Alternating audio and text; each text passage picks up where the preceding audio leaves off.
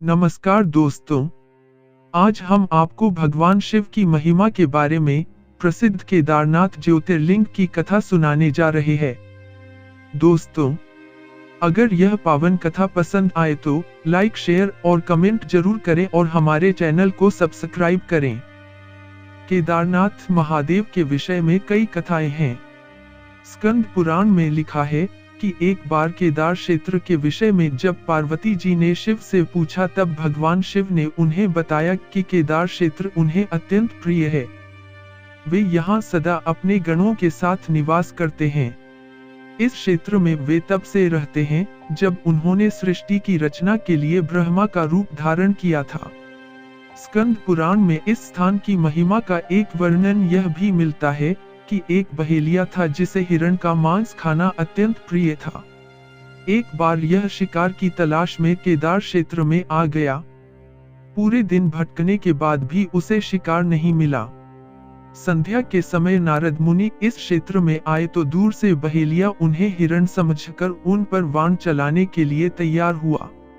जब तक वह वाण चलाता सूर्य पूरी तरह डूब गया।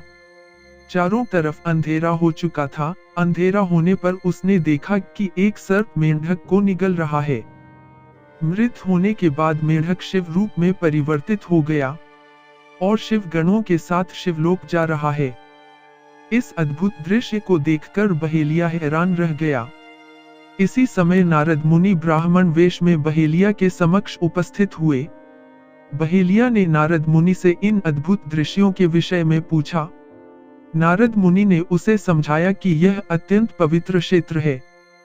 इस स्थान पर मृत होने पर पशु पक्षियों को भी मुक्ति मिल जाती है। इसके बाद बहेलिया को अपने पाप कर्मों का स्मरण हो आया कि किस प्रकार उसने पशु पक्षियों की हत्या की है। बहेलिया ने नारद मुनि से अपनी मुक्ति का उपाय पूछा। नारद मुनि से शिव का ज्ञान प्राप्त करके बहेलिया केदार क्षेत्र में रहकर शिव उपासना में लीन हो गया। मृत्यु पश्चात उसे शिवलोक में स्थान प्राप्त हुआ। केदारनाथ से जुड़ी पांडवों की कथा शिव पुराण में लिखा है कि महाभारत के युद्ध के पश्चात पांडवों को इस बात का प्रायश्चित हो रहा था कि उनके हाथों उनके अपने भाई बंधुओं की हत्या हुई है। वे इस पाप से मुक्ति पाना चाहते थे। इसका समाधान जब इन्होंने वेद व्यास जी से पूछा तो उन्होंने कहा कि बंधुओं की हत्या का पाप तभी मिट सकता है जब शिव इस पाप से मुक्ति प्रदान करेंगे।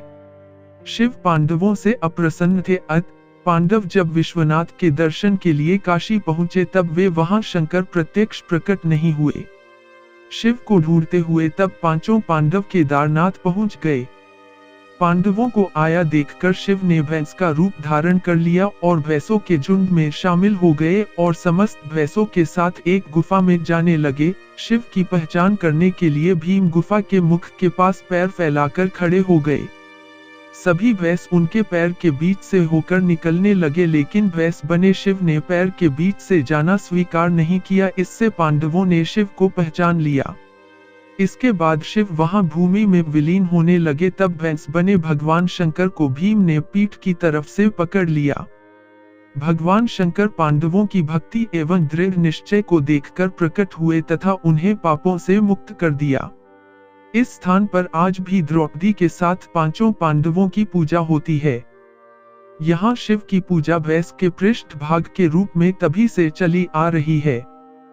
केदारनाथ ज्योतिर्लिंग की कथा के विषय में शिव पुराण में वर्णित है कि नर और नारायण नाम के दो भाइयों ने भगवान शिव की पार्थिव मूर्ति बनाकर उनकी पूजा एवं ध्यान में लगे हुए थे। इन दोनों भाइयों की भक्तिपूर्ण तपस्या से प्रसन्न होकर भगवान शिव इनके समक्ष प्रकट हुए। भगवान शिव ने इनसे वरदान मांगने के लिए कहा तो इन्होंने शिव से वरदान मांगा कि वह इस क्षेत्र में जनकल्याण हेतु सदा वर्तमान रहें। इनकी प्रार्थना पर भगवान शंकर ज्योतिर्लिंग के रूप में प्रकट हुए। वही स्थान आज श्री केदारनाथ ज्योतिर्लिंग के नाम से प्रसिद्ध है। इस ज्योतिर्लिंग के दर्शन करने से भक्तों की समस्त इच्छाओं की पूर्ति होती है और वह व्यक्ति इस लोक में सभी भोग कर मुक्ति प्राप्त कर लेता है।